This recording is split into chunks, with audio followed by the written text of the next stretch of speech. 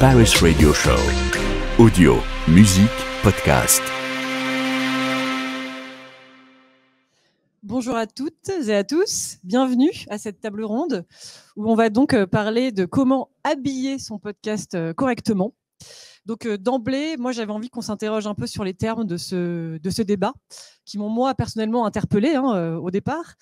Parce que quand on dit habiller son podcast correctement, on a l'impression qu'il y a d'un côté le podcast, de l'autre petit podcast tout nu là, tout fragile, et de l'autre son habillage qui devrait être correct. Donc en fait, ça présuppose que le podcast préexiste à son habillage, ce qui est une question philosophique en soi.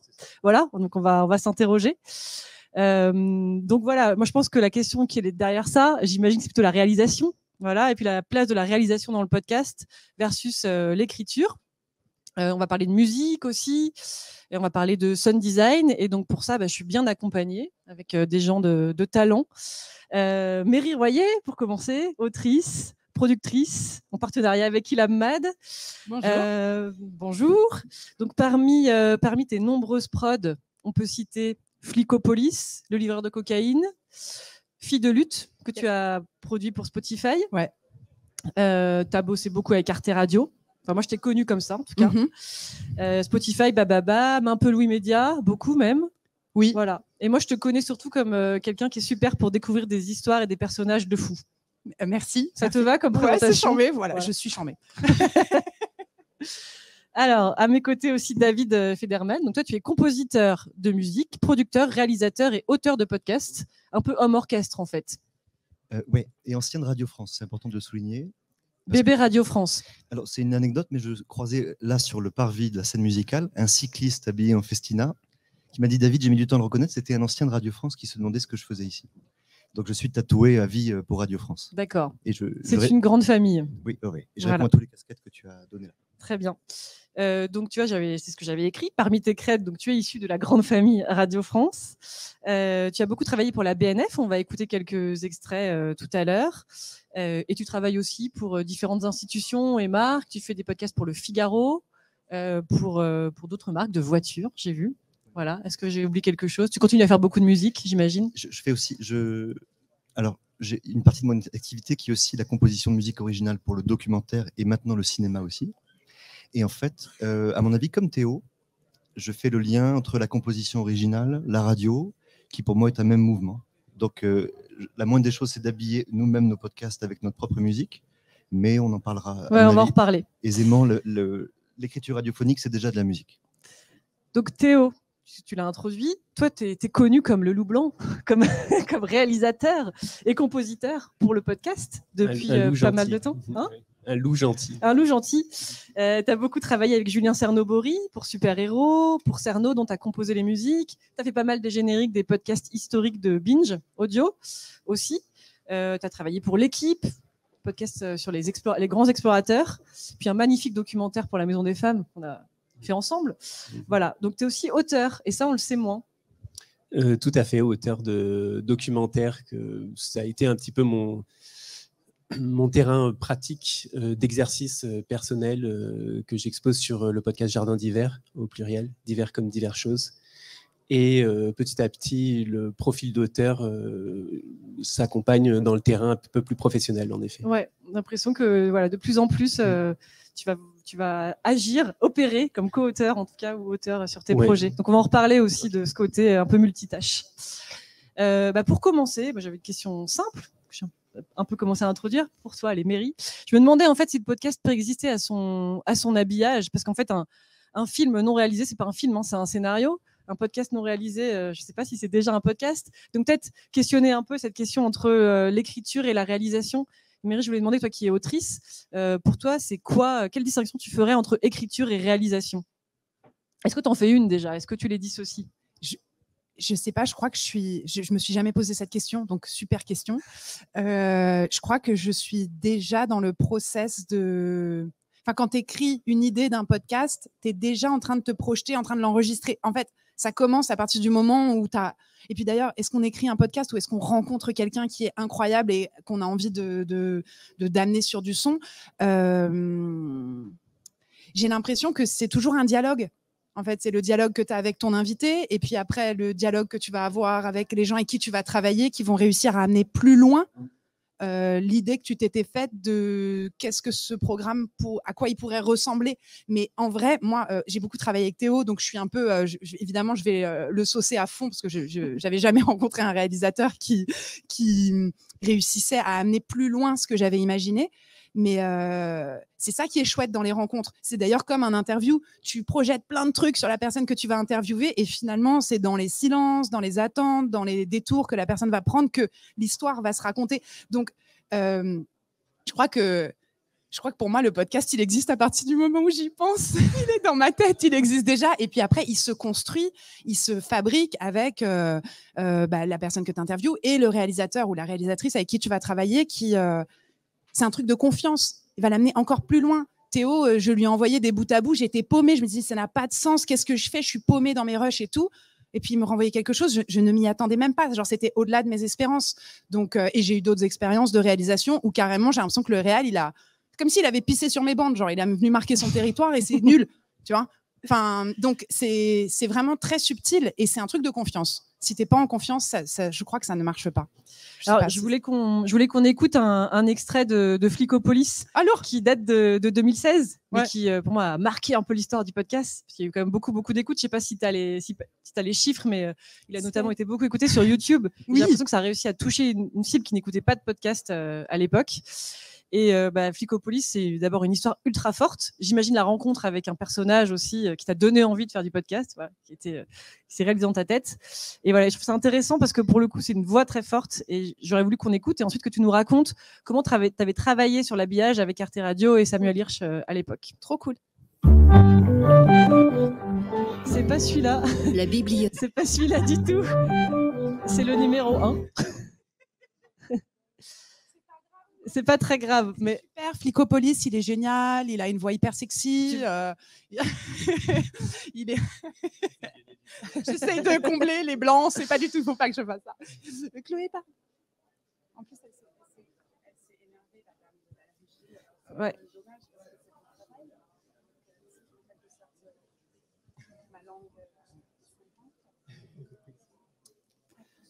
C'est bon, vous. Ouais. Ok, ben on fait semblant. On va pas refaire tout le truc, c'est impossible en fait. Est-ce que Mary, tu veux raconter un peu ce podcast, comment tu as rencontré ce personnage et puis après nous dire un peu comment tu as travaillé en réal, sachant qu'on a une voix qui est ultra forte et on peut se dire presque on aurait pu garder que ça, quoi, pas besoin d'habiller. Je suis assez d'accord. On m'a proposé de venir remplacer Je rentre un peu dans une longue histoire. Coupe-moi, Chloé, si c'est chiant. Je fais vite. On m'appelle, on me dit est-ce que tu peux remplacer un chroniqueur du Mike et l'Enclume, qui était l'émission de rap de Arte Radio. Et alors, je regarde le truc et je me dis bon, super. C'est trop bien ces trucs de podcast. Je connaissais pas. Je sortais de Radio France, j'avais été complètement rincée par une saison de matinale. Et alors, j'ai appuyé sur le premier truc que je trouvais sur leur site, qui était Cracopolis. Et j'ai entendu Cracopolis, qui est donc un témoignage hyper fort d'un jeune homme qui raconte sa descente puis sa remontée dans l'addiction au crack. Et tout de suite, je me suis dit mais c'est génial, moi aussi j'ai envie d'interviewer des gens auxquels je n'aurais pas accès. Et j'ai tout de suite pensé à un flic. Je me suis dit tiens, tu les juges. Que tu connaissais? Non. Un personnage de flic. Ouais, un personnage de flic. Je me suis dit, ça serait intéressant d'entendre ce qu'il y a derrière. Et puis alors, j'y ai beaucoup pensé. Et une fois, je m'ennuyais profondément dans une soirée. Il y a un type qui s'est assis à côté de moi. Et quand il m'a parlé, je lui ai demandé au bout de 5 minutes s'il était flic ou voyou. Et il m'a dit qu'il était flic. Et je lui ai dit, c'est génial, il faut qu'on travaille ensemble, quoi. J'aimerais bien que tu connais les podcasts. Il connaissait Cracopolis. Donc, il a tout de suite, voilà. Et après... je crois que je mesurais pas l'engagement que c'était. Donc, j'ai fait ça de manière un peu naïve. J'ai fait mon interview, j'étais toute légère. Et après, je me suis retrouvée seule en salle de montage avec sa voix. Et là, je suis rentrée dans un vortex qui a duré 3 mois où je ne comprenais rien et duquel je suis sortie. Et j'ai après pu travailler avec Samuel Hirsch qui a je sais pas comment dire, une sensibilité qui me fait penser à la tienne, Théo, où il accompagne le geste, il accompagne la parole, mais il s'écrase pas. Et donc, il m'a Il vachement... y a eu une rencontre et il y a un Ouais. truc qui s'est passé entre vous deux où il a compris un peu de l'histoire que tu voulais raconter. Et alors, tu avais enregistré comment pour avoir un peu les secrets de fabrication? Il était en studio avec Ouais. toi, monsieur Flicopolis? Oui, il a dû En venir Flico. à Arte Radio. Et d'ailleurs, c'était plutôt bien parce que j'avais jamais... j'avais un petit nagra de Radio France, mais bon, j'étais habituée à aller à la foire de Paris, quoi. J'étais pas habituée à un témoignage comme ça. Et du coup, on est restés assis là, tous les deux. Et j'ai jamais eu aussi peur de ma life. J'étais comme ça, tétanisée. Je suis devenue accro à ce track-là. Vraiment accro. À genre, on sait pas qu'est-ce qui va se passer dans la rencontre et les silences et tout. Mais c'est un miracle que ça soit bien sorti l'interview parce qu'en vrai, à l'époque, je ne savais pas questionner. Et peut-être c'est pour ça que ça, c'est peut-être de première fois où il s'est passé un truc qui se reproduira plus. Peut-être. Vas-y. Tu veux prendre ma place? Non. Alors, est-ce que tu avais scénarisé un peu l'interview à l'avance, chapitré un petit peu, ou tu as lancé l'enregistrement tel quel? Oui, un tout petit peu. Je me souviens, récemment, j'ai relu mes échanges de mails, plein de fautes d'orthographe à Arte Radio de 2016, où je demande à plusieurs reprises, est-ce que vous êtes d'accord pour ces questions d'interview? Et en fait, on ne me répond pas vraiment. Donc, j'ai dit, comment tu t'appelles? Comment tu as commencé? C'était des questions d'une simplicité, parce que justement, je n'osais pas... Mais par contre, je n'avais pas imaginé que je le feuilletonnerais, que ça serait une série. C'est après, quand je me suis retrouvée dans la torpeur de la salle de montage, que j'ai dû faire des choix, quoi. Et alors, comment ça s'est passé justement Pardon, tu n'avais pas fini ta question? J'ai un prompteur derrière, j'ai une question subsidiaire. Est-ce que tu t'étais pré-entretenu avec lui à l'avance? Ah, bien sûr. Ça, par contre, ça, c'était... Donc, tu connaissais les plus grosses histoires et compagnie? Ah, super, on a les fichiers. Oui. Est-ce que vous voulez qu'on écoute un petit extrait? Comme ça, les autres, ils parlent après et tout, tu vois. On peut y aller à la régie si c'est bon.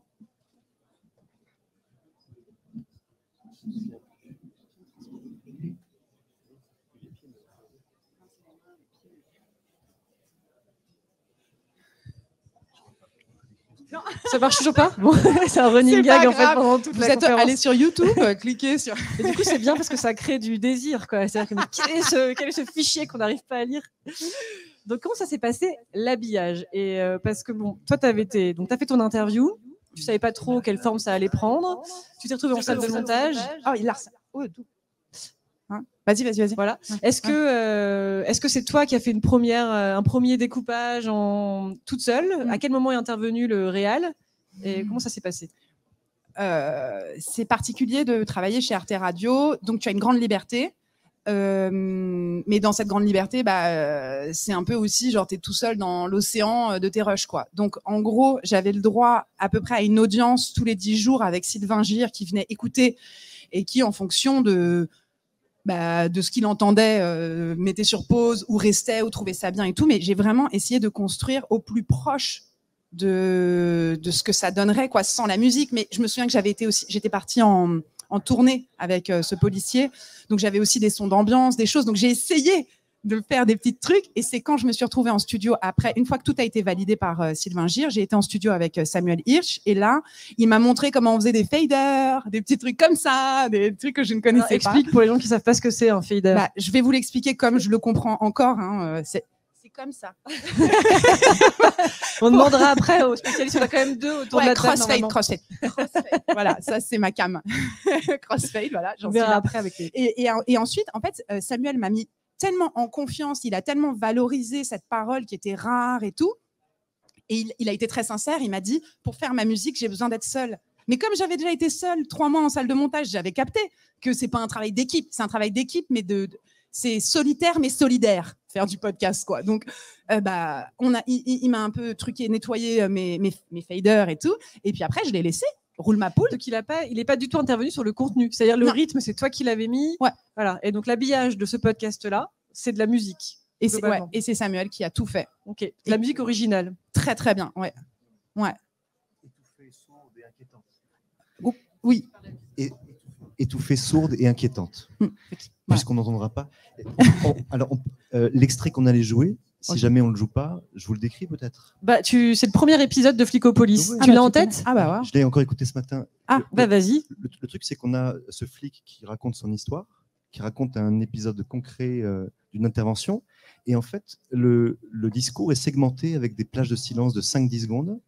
Et il y a une musique sourde, des cris d'enfants réverbérés. Et en fait, c'est l'illustration parfaite que la musique crée l'ambiance. et qui fait, à mon avis, un habillage tel fait basculer le propos et le podcast dans une dimension cinématographique. Alors du coup, faut pas trop l'habiller non plus, parce qu'il y a ça aussi, c'est que habiller son podcast correctement, c'est savoir peut-être le déshabiller de temps en temps, le déshabiller correctement aussi, avec élégance, et pas trop en faire. Comment on fait pour pas dévoyer la voix, parce que voilà, pour garder vraiment l'histoire et se dire on n'en fait pas trop, quoi, pas trop marquer l'émotion avec une musique qui fait pleurer, et voilà. Est-ce que toi, en tant qu'autrice, ça m'est déjà arrivé d'avoir l'impression que mon podcast, c'est un ascenseur autiste, quoi. J'étais là, what the fuck, c'est quoi toutes ces musiques? Laissez-nous parler, laissez-nous nous entendre. Donc, c'est des choses qui arrivent, mais en même temps, ça, c'est toujours un manque de communication entre les intervenants, c'est tout. Et parfois, c'est bien d'avoir une prod, c'est super et tout, mais moi, j'aime bien parler directement avec la personne qui va toucher la matière que je ramène. Donc, c'est pour que ça se passe bien et qu'il n'y ait pas trop de musique ou pas assez de... Voilà, il faut qu'on parle. Mais juste pour en revenir au mot correct ou pas, c'est vrai que c'est quand même un peu délicat, on peut le soulever, parce que c'est quand même, le mot correct, c'est quand même un petit peu un jugement de valeur. Et c'est vrai que ce qui est principal, notre envie, notre but final, c'est bien de créer un récit qui soit cohérent et qui trouve aussi son équilibre avec tous les éléments qu'on va mettre à disposition pour le raconter. Je dirais que la voix, le langage, le récit, en fait, surtout, c'est plutôt le récit qui est un peu la colonne vertébrale de ce qu'on va produire. Et autour de ça, on va agencer plein de sons. La voix, un instrument, des ambiances ou des objets sont des générateurs de sons. Ces générateurs de sons sont aussi, ont une signification, ont un sens. Et on va les composer, on va faire un peu notre cuisine pour être cohérent avec le récit qu'on veut proposer. Donc, il n'y a pas de correct ou pas correct, il y a des choix. Et chaque choix qu'on va établir aura des conséquences. Et si on souhaite tendre vers l'équilibre de ce qu'on veut raconter, tendre vers un équilibre qui est le plus abouti possible, on va faire les choix qui vont permettre cela. Donc voilà, c'est des choix, c'est des conséquences. Et en effet, on peut très bien s'amuser à créer un récit avec une musique qui est surdominante, un habillage sonore, un habillage musical qui prend tout le pas parce que ça va servir au récit. On peut très bien ne pas utiliser du tout d'habillage sonore, d'habillage musical, on peut utiliser que de la voix ou alors que des sons parce que ça va servir au récit. Ouais, donc l'habiller correctement, c'est juste répondre à un objectif de départ et l'envie de raconter une histoire qui est comprise par à la fois l'auteur et le réalisateur, quoi. Oui, et puis c'est toujours avoir, je pense, conscience de cet équilibre qui est le propre, on va dire, de toutes les créations qu'on va faire, que ce soit en images, en audio, dans une peinture, dans un livre ou dans un podcast. On va essayer de trouver un équilibre avec la matière qu'on utilise. Alors, bon, bonne transition. Donc toi, Théo, tu es réalisateur, auteur. Comment tu définirais le métier de réalisateur de podcast? Parce que c'est vrai qu'on est dans une industrie, enfin, je ne sais même pas si on peut parler d'industrie, mais dans un secteur qui n'est pas encore très segmenté. Voilà, un réalisateur de cinéma, on sait ce que c'est. Le podcast, c'est des chaînes de production qui sont beaucoup plus courtes. Et je pense qu'on peut être tenté, et peut-être que toi tu l'es, et puis David aussi, de faire tout soi-même, quoi. De dire en fait, si je réalise, autant écrire. Et voilà. Donc comment tu envisages le métier de réalisateur et son rôle par rapport au métier d'auteur? Est-ce que tu fais une distinction déjà? Alors moi déjà, j'ai le sentiment en tout cas que le podcast, en tout cas le travail sur l'audio, permet d'être à la fois dans un monde de la création qui travaille en équipe, comme le cinéma, ou comme en radio, ce qui se fait souvent, ou dans un monde de création qui travaille de manière solitaire, parce que les techniques et la souplesse de l'audio le permet, donc comme la peinture, quand on va faire un tableau, on ne va pas créer une équipe forcément, souvent ça se fait une personne seule, je pense que le podcast permet cela. Donc on peut être dans ces deux mondes-là. Ensuite, c'est très délicat de parler maintenant d'un point de vue plus administratif, on va dire, du rôle de réalisateur, parce que chaque studio a ses principes, a ses logiques, a ses habitudes différentes. Souvent, elles viennent un peu de la radio, où chaque travail est segmenté. Ça, je pense que David peut en parler plus précisément, mais disons que Il y a, d'un point de vue aussi administratif et politique, je crois, une ambition de garder des métiers, ce qui fait que le principe du réalisateur doit s'atteler à travailler avec tant de pistes, le monteur doit travailler avec moins de pistes, il y a un auteur qui ne doit pas du tout toucher la matière, ce qui est complètement aberrant. Imaginez créer un tableau, donc c'est une histoire, et l'auteur de ce tableau ne touche pas le pinceau, ni la peinture. Moi, c'est comme ça que je le vois, mais ça fonctionne parce que ça fait des choses aussi différentes. Donc, c'est pas grave en soi. Mais voilà, moi, en tout cas, en tant que réalisateur, après, je te laisse la voix. En tant que réalisateur, je m'adapte à toutes les situations. Parfois, je travaille avec des équipes où je suis vraiment... j'ai l'impression que mon travail est vraiment technique. Ça me rappelle plein de choses, ça me fait travailler différemment. Parfois, je dois travailler en collaboration avec l'autrice, et souvent des autrices d'ailleurs, et je touche une partie du travail de l'auteur parce qu'elle me fait confiance. Parfois, l'autrice a vraiment une vision claire, alors du coup, je me mets un peu en retrait. Et puis, parfois, je peux aussi, là, pour un projet que je suis en train de réaliser pour Slate, pour Initial Studio, sur la rénovation de Notre-Dame de Paris. Je suis là vraiment co-auteur, réalisateur, compositeur, et puis je tourne aussi. Bref, je fais un petit peu tout le cheminement, donc c'est encore une autre application. Tu t'adaptes. Qu'est-ce que tu en penses, David? Est-ce que tu penses que les métiers sont segmentés juste parce que les institutions sont segmentées, en fait? Alors, Théo faisait allusion là à la segmentation des boulots qui est effective à Radio France. Moi, j'aurais dit que même à Arte Radio, c'est la même chose, hein, sans avoir bossé avec eux, c'est qu'en fait, tu ne peux pas venir avec un produit déjà fait. Ils ont des auteurs, des réalisateurs, un studio, tu dois enregistrer chez eux et compagnie. C'est des mécaniques qui sont telles quelles. La question de savoir si... Alors, moi, j'opposerais ça au cinéma, où les métiers sont très, très segmentés. Moi, je réalise des disques aussi personnels. C'est avec ça que je perds de l'argent, quand j'en gagne avec les podcasts. Et en fait, il y a 4 ans, j'ai sorti un disque, j'ai payé des équipes de cinéma pour faire les clips, et je m'arrachais les dents parce que mon argent personnel, je voyais une équipe de cinéma très bien organisée qui tournait un plan par demi-journée, tellement les mecs étaient dans le respect de chaque... Alors que moi, j'imaginais qu'on pouvait tourner plus vite. Sauf que pour avoir assisté à un vrai tournage de cinéma il n'y a pas plus tard qu'il y a 6 mois, j'ai vu que pour pouvoir orchestrer 400 personnes sur un plateau, il valait mieux que les métiers soient très segmentés. Et donc là, j'ai revisité ce que j'avais compris de la radio aussi. Pour faire court. C'est une question de volume, quoi. Oui, mais après, je vais te dire, la question, elle est profonde parce que moi, comme musicien, alors moi, je suis jazzman d'identité avant même d'être radiophoniste. Je suis musicien depuis que je suis né. Et quand j'ai commencé à bosser à la radio, je me suis dit que c'était bien, qu'il fallait gagner du pognon pour vivre. Et avec un peu de chance, je faisais un métier où j'étais pas loin du son. Mais j'étais loin de comprendre.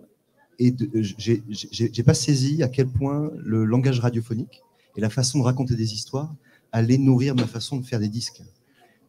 Et j'ai découvert aussi, pour avoir fait des génériques pour Radio France à l'époque, et là je pourrais recoller à une question, je voulais vous dire un mot avant sur la musique trop envahissante ou pas.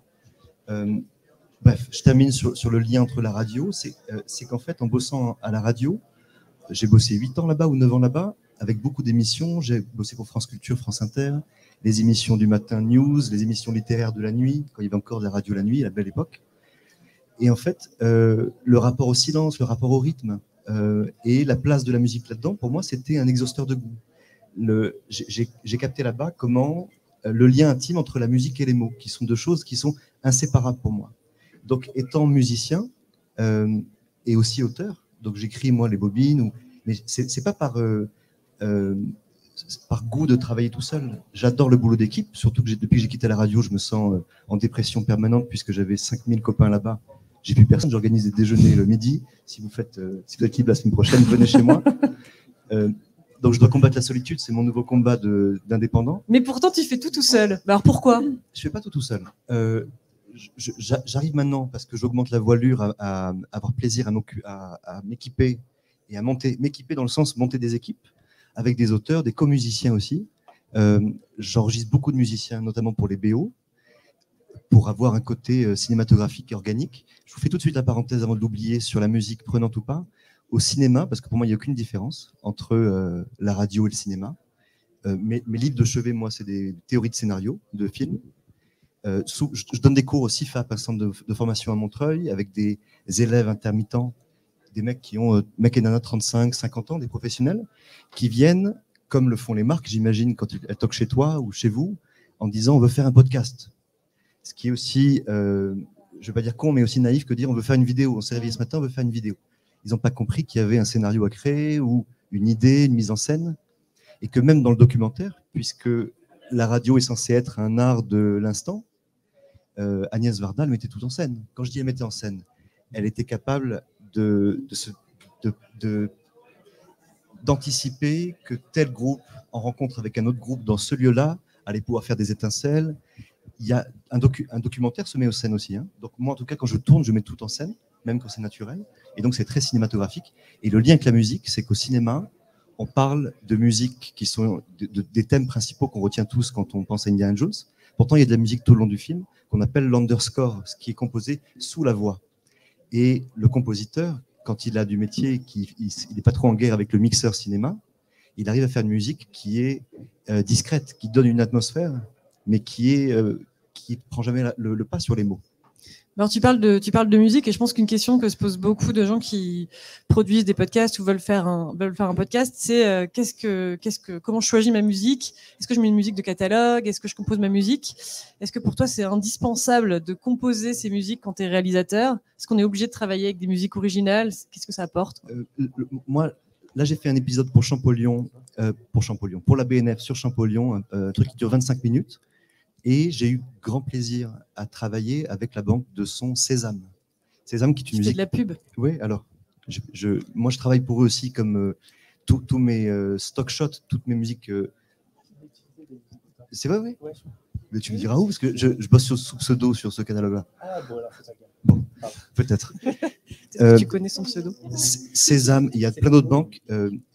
Quand tu sais fouiller dans ces banques-là, il y a des musiques qui sont de très grande qualité.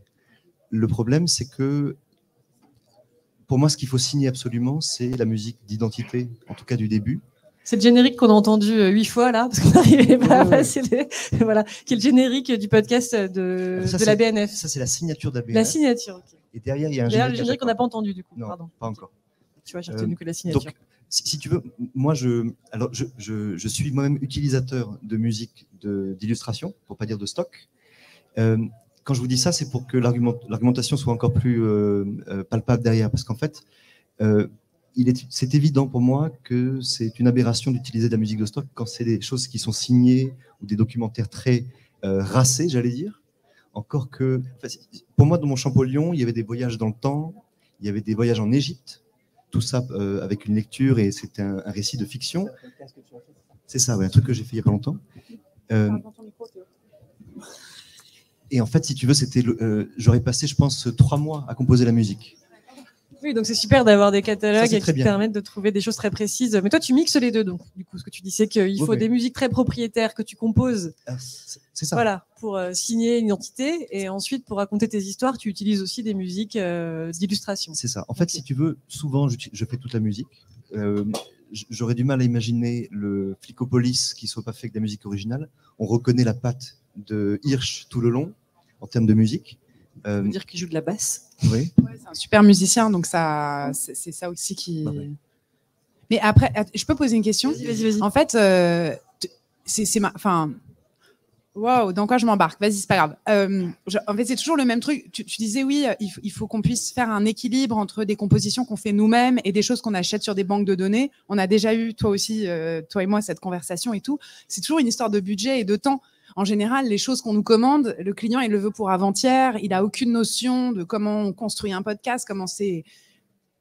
Tout le monde utilise ce terme-là dans le monde du podcast, c'est chronophage et tout. Bon, on a choisi le métier, on est là, les mecs. Je veux dire, arrêtons de dire que ça prend du temps. Je veux dire, la vie prend du temps. Je veux dire, il faut.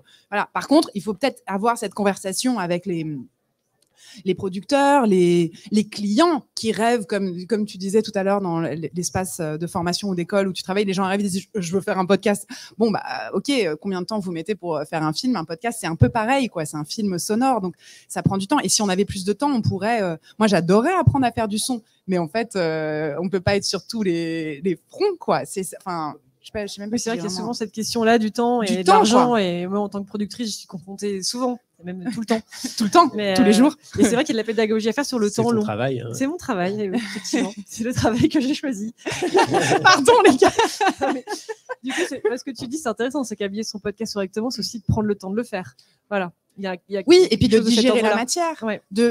Quand on te pressurise pour que tu sortes quelque chose vite, ben, finalement, tu vas aller au plus simple, au plus évident, alors que le son, faire de la musique, tu dis que tu fais des albums, toi aussi tu fais de la musique, moi aussi je fais de la musique, mais quelle tannée, qu'est-ce que c'est long. Enfin, je veux dire, et je l'ai dit, je me suis piégée dans mon propre truc, vous voyez.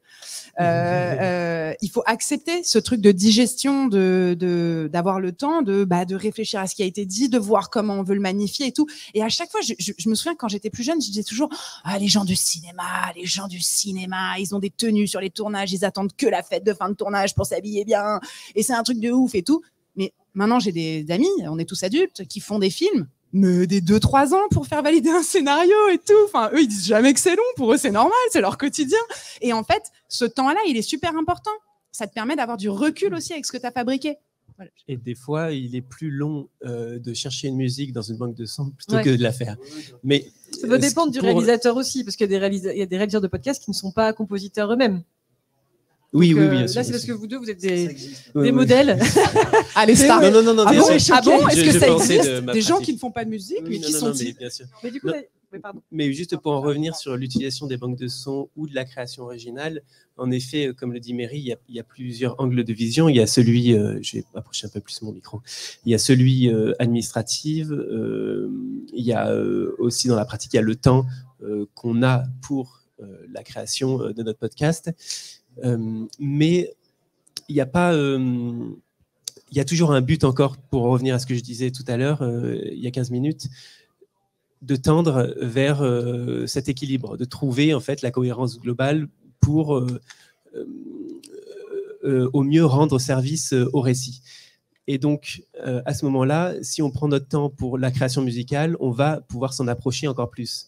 On peut aussi très bien utiliser une musique qui a déjà été faite et la positionner, la mettre en vie dans notre document avec singularité. Et cette musique, elle sera plus, quand on va l'entendre dans le contexte, une musique de bande de son, elle vivra d'elle-même et on la retrouvera. On peut très bien retrouver la gymnoptésie d'Eric Satie, par exemple, dans un contexte et la redécouvrir.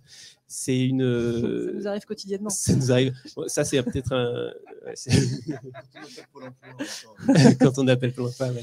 Mais voilà, il y a aussi un élément qui est important et on va retrouver notre sujet, c'est le placement de la musique, la vie dans laquelle elle va agir au sein de notre récit va être définie par le réalisateur et non pas par le compositeur, si jamais le réalisateur n'est pas le compositeur, évidemment.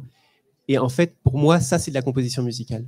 Le réalisateur, en plaçant sa musique, il va changer, on va dire, la lecture qu'on aura de cette musique et il va la mettre en musique avec les voix et les sons et on va la redécouvrir. Donc, des fois, moi, pour donner un exemple avec Cerno, le podcast de Julien Cernobori, je lui ai envoyé des musiques. Je créais des musiques, je composais en m'imaginant telle et telle situation, je les envoyais, il les mettait dans des situations complètement différentes et je me dis mais qui c'est qui a fait cette musique? Je la reconnaissais plus. Ouais. Les premières secondes, je la reconnaissais plus. Après, je me posais la question aussi parce que vous avez travaillé avec Mary pour Air France, for the very first time again, ouais. Donc un podcast en français et avec voilà. un titre en anglais parce que C'est ça ça fait plus cool. Et là, on est quand même sur une. Je suis obligée de le dire, franchement. C'est vrai. Sur une. C'est pas vous qui avez choisi le titre. Ah bah non, ça se voit, non ça. Et là, on est dans le cas où on a une marque qui a un univers sonore qui est déjà hyper fort, publicitairement parlant, et ça. Donc, je me posais la question sur le choix de la musique. Est-ce que vous avez eu des directives de la prod? Déjà, Louis Média, il faudrait une musique comme ci, comme ça. Ou est-ce que toi, Théo, tu t'es inspiré, ou on t'a demandé de t'inspirer d'une signature sonore Flying Blue ou... Est-ce que je mets les pieds dans le plat en posant cette Génial, il y a c'est les tout un deux pieds monde, dans la couscoussière. Alors, oui. juste pour dire, The Very First Time Again est un podcast international. Donc, ça paraît logique que ce soit un nom en anglais.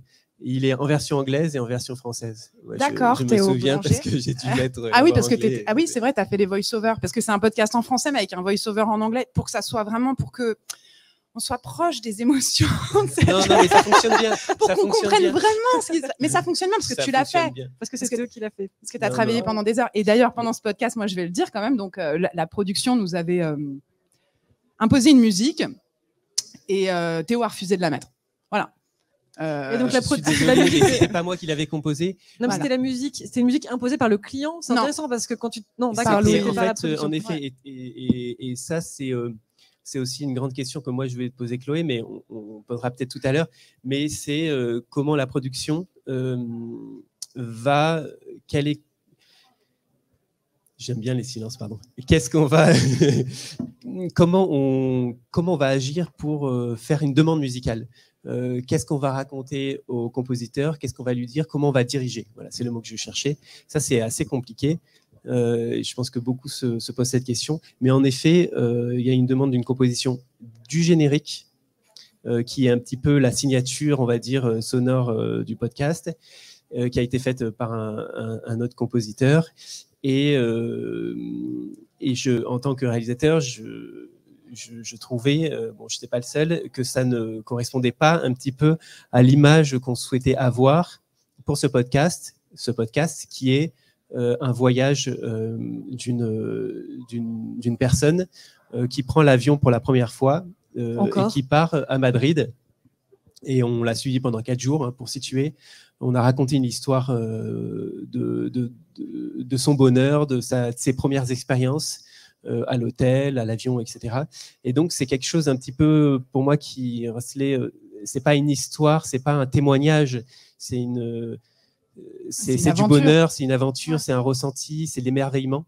Et il fallait sentir, je pense, dans ce générique, un petit peu une sorte de distiller au mieux toutes ces émotions pour la ressentir d'un premier abord dans ces génériques. Et donc la musique qu'on t'a proposée, pourquoi la musique on vous a imposé une musique? Parce que pourrait se dire c'est la marque qui l'impose. Je crois pas. Je crois que aussi quand une marque elle vient voir un studio et qu'elle veut un podcast, en fait elle sait pas, c'est complètement abstrait. Donc le studio de podcast va dire il y aura cette musique là, ça va être incroyable. Et puis à l'Icono on va mettre telle meuf, elle fait des dessins géniaux et tout pour rassurer le client. Et du coup après le client paye la compte et après on contacte des gens comme nous et on fait le travail. C'est-à-dire qu'il y a eu un pilote, Mais ça c'est vrai qu'il c'était un compositeur qui avait aussi un nom. Hein. Qui a un nom, ça rassurait la production. Exactement.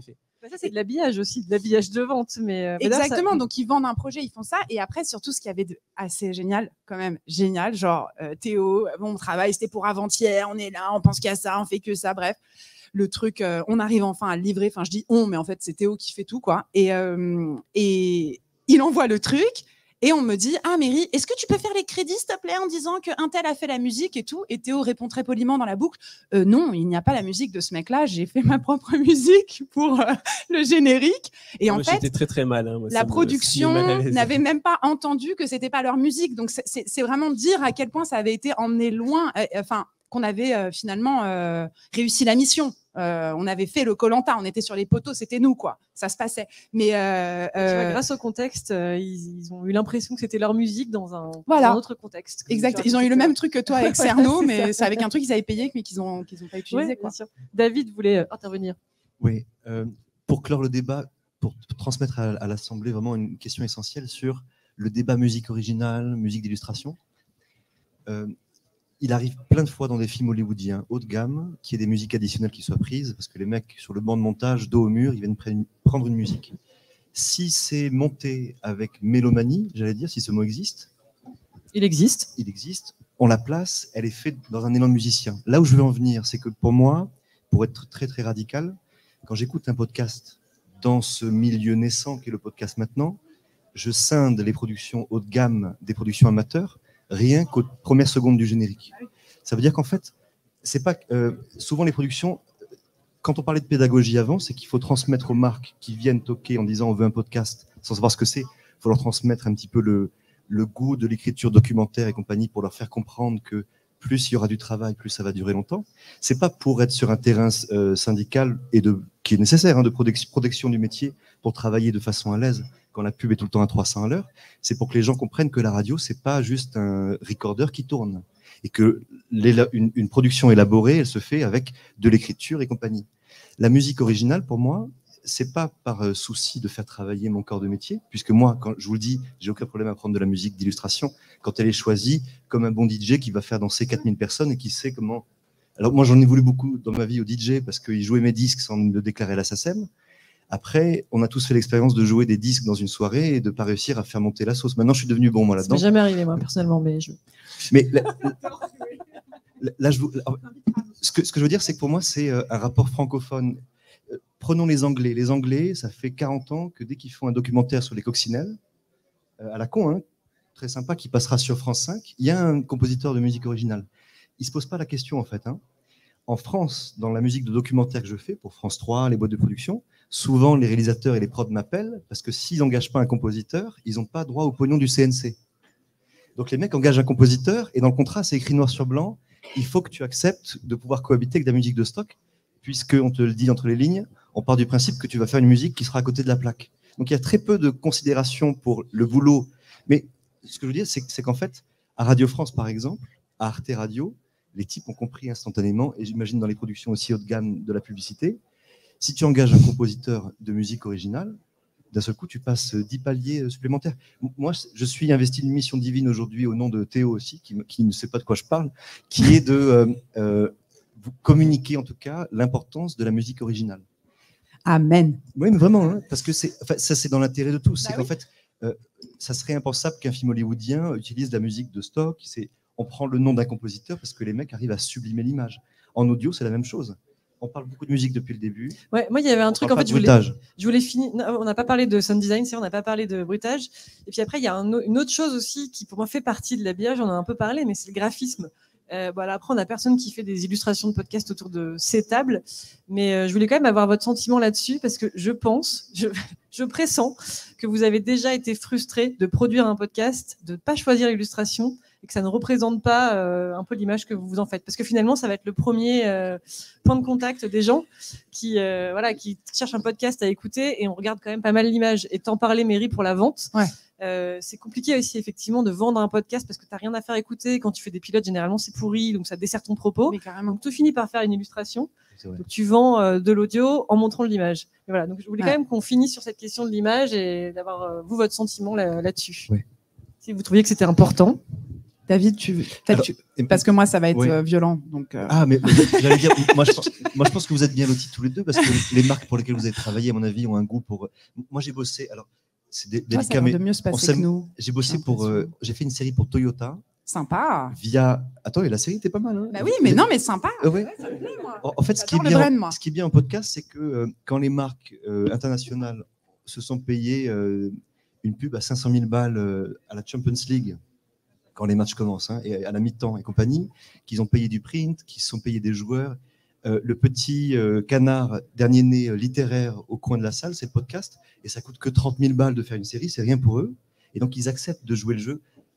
C'est un miracle, en fait. La radio reste un média littéraire, alors qu'elle aurait pu tomber dans du sexy à la con, comme on voit sur Instagram et sur Facebook. La radio, même pour les grandes marques les plus sauvages, il faut que ça soit qu'il y ait du fond pour que ça puisse exister. Et on a fait des portraits pour Toyota sur leur... Ils supportent... comment on dit ça? Endorsi, ils sponsorisent, excusez-moi, comme Van Damme en anglais. C'est bien. Ils sponsorisent des athlètes qui préparaient Tokyo 2021 et il y avait 4 portraits sur des athlètes valides et 4 portraits sur des athlètes paralympiques. Et en fait, on parlait de la mort, du rapport... c'est des choses qui paraissent improbables, mais ça marchait. Ils ont mis le logo Toyota sur la cover du podcast? Non, ils ont mis un logo pourri. Et moi, sur mon site web, comme je monte fièrement la série, j'ai recréé un logo tout seul. Qui me paraissait mieux. Ça, c'est vraiment l'extrême. Moi, je recrée les logos. Je vais bien t'entendre avec Théo. Tu veux raconter notre petite aventure Flying Blue jusqu'au bout? Non, mais c'est vrai que pour l'habillage... Non, c'est pas... Non, je dénonce pas balancer partout. Non, mais c'est pas balancer. Mais il faut quand même pouvoir les dire, les choses. C'est quand même important. Non, mais moi, je l'ai relevé. Hein. J'ai posé la question... Aussi, nous, sur des prods qu'on a fait ensemble. Oui, j'ai posé la question aux collaborateurs. C'est marrant, j'aime pas dire clients, mais parce que j'ai l'impression vraiment qu'on collabore. Mais donc, j'ai posé la question parce qu'en effet, en parlant avec eux sur l'élaboration du projet, l'habillage donc musical, l'habillage sonore, le contenu du récit qu'on devait garder aussi, c'était l'émerveillement du voyage, c'était le bonheur, c'était des couleurs, la découverte, la première fois. Et quand on reçoit l'image de la couverture, c'est une couverture bleue, un petit peu triste, fade. La personne, elle a le masque de protection anti-Covid et elle regarde derrière la fenêtre avec le sentiment qu'elle pleure. Le hublot. Le hublot, c'est ça. Et du coup, voilà. Ça fait hôpital un peu. On a oui, hôpital ou même, comment on appelle ça, des publicités. Dépression non, des publicités de l'État de prévention, tu sais. Oui, prévention routière ou prévention aérienne. Donc, pour moi, il y avait un servait décalage entre le propos, le visuel et le propos. Ça arrive. Peut-être qu'il y a des orientations différentes, je ne sais trop rien. Bref. Mais en tout cas, moi, j'apporte en effet une importance sur.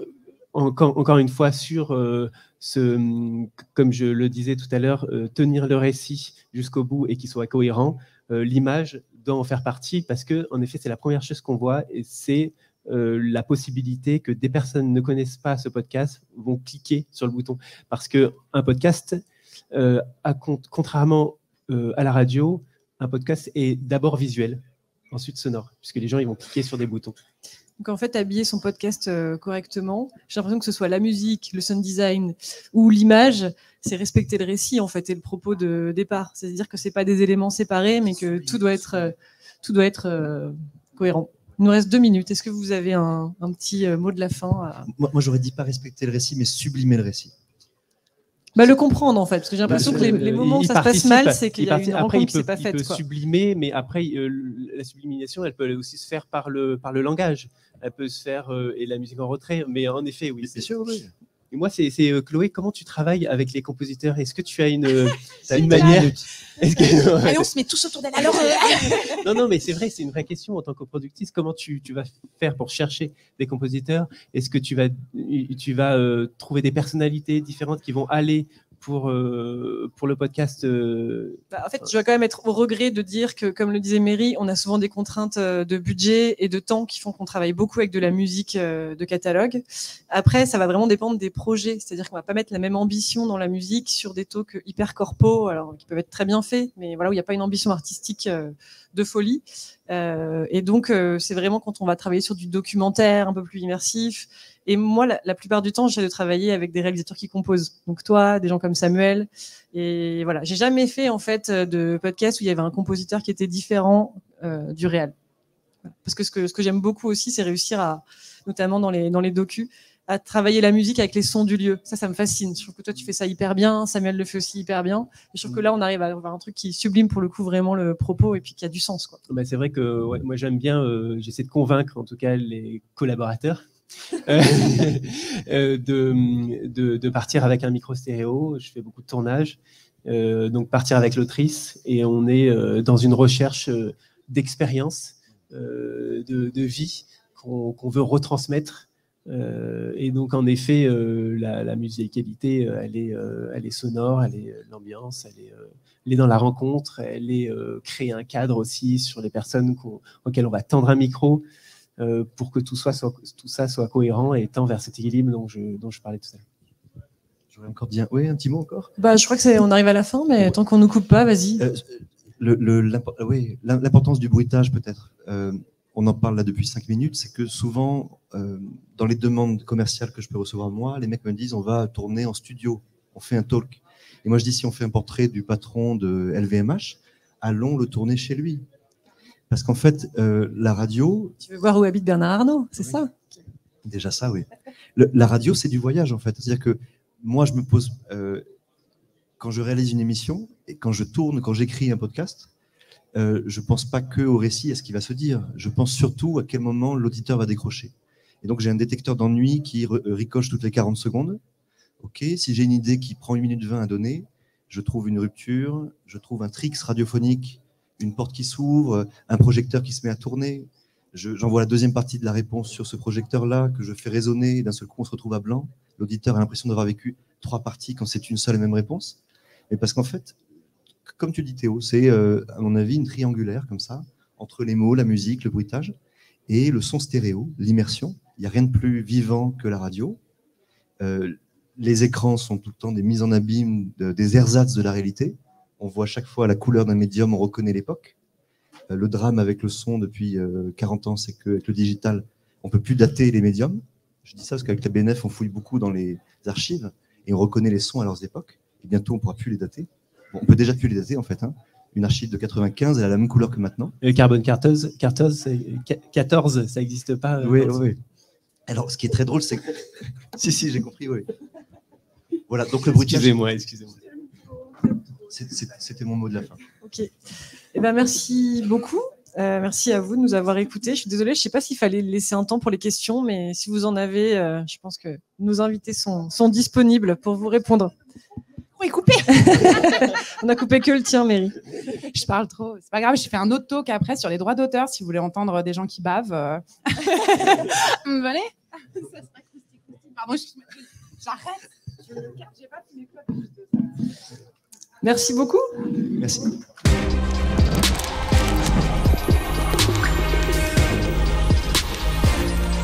Paris Radio Show. Audio, musique, podcast.